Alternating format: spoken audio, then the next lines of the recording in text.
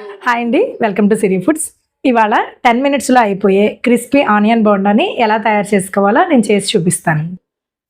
మీరు మన ఛానల్ని ఇప్పటివరకు సబ్స్క్రైబ్ చేసుకోకపోయి ఉంటే సబ్స్క్రైబ్ చేసుకుని ఈ వీడియోని పూర్తిగా చూడండి.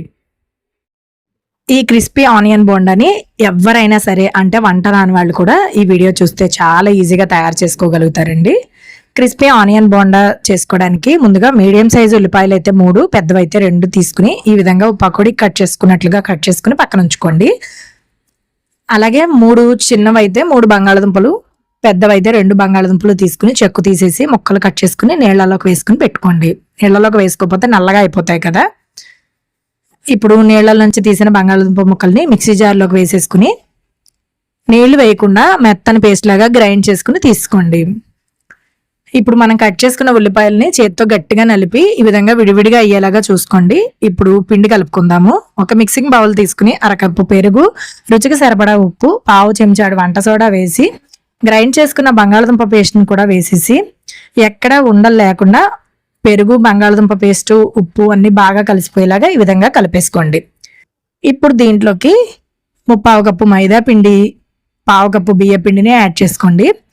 మనం మైదా పిండితో చేస్తేనే మనకి క్రిస్పీగా వస్తాయండి. మైదా ఇష్టం లేనప్పుడు గోధుమ పిండిని కూడా వేసుకోవచ్చు. దీంట్లోకి కొంచెం పచ్చిమిర్చి, అల్లం ముక్కలు, అలాగే కరివేపాకు, కొత్తిమీర, 1 చెంచాడు జీలకర్ర వేసి వాటన్నిటిని కూడా పిండిలోకి వేసుకుని అస్సలు నీళ్లు వేయకుండా పిండి అంతా కూడా ఈ విధంగా వచ్చేలాగా కలిపేసుకోండి.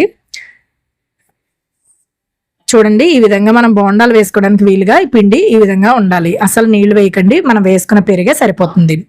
ఉల్లిపాయలని మొదటే వేసి కలిపేసుకోకూడదండి.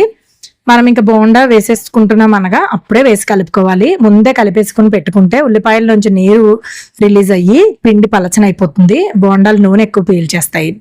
ఇంకా మనము బోండా వేసేసుకుంటున్నాం అనగా వేసుకుని కలుపుకోవాలి.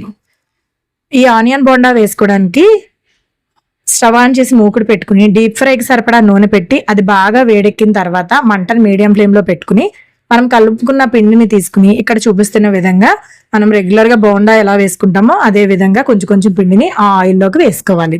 ఈ బోండాలు వేసేసిన తర్వాత మంటను మీడియం ఫ్లేమ్లోకి పెట్టుకుని నిదానంగా వేగనివ్వండి. వేసిన వెంటనే కదిపేయకుండా కొంచెం లేతగా రంగు వచ్చిన తర్వాత వీటిని అటు ఇటు టర్న్ చేసుకుంటూ మంచి గోల్డెన్ కలర్లోకి వచ్చేంత వరకు వేయించుకుని వీటిని ఒక ప్లేట్లోకి తీసేసుకుని మీకు నచ్చిన చట్నీతో సర్వ్ చేసుకోవచ్చు. వేయించేటప్పుడు మంటను మీడియం టు హై ఫ్లేమ్ మధ్యలోకి అడ్జస్ట్ చేసుకుంటూ వేయించుకోండి, అప్పుడు క్రిస్పీగా వస్తాయి. ఎప్పుడైనా ఒకసారి ఇలా తయారు చేసుకోవచ్చండి. ఇంతేనండి, మనకి ఆనియన్ బోండా తయారైపోయింది కదా. మిగతా పిండితో కూడా రెండో వాయ ఇదే విధంగా వేసుకుని తీసుకోండి. మీకు నచ్చిన చట్నీతో సర్వ్ చేసుకోవచ్చు. మనం అల్లం, పచ్చిమిర్చి అన్ని వేసాం కాబట్టి చట్నీ కూడా అవసరం లేదు. ఈ రెసిపీని ట్రై చేస్తే మీకు ఎలా వచ్చిందో కామెంట్ సెక్షన్లో రాయండి. సిరి ఫుడ్స్ని సబ్స్క్రైబ్ చేయడం మర్చిపోకండి.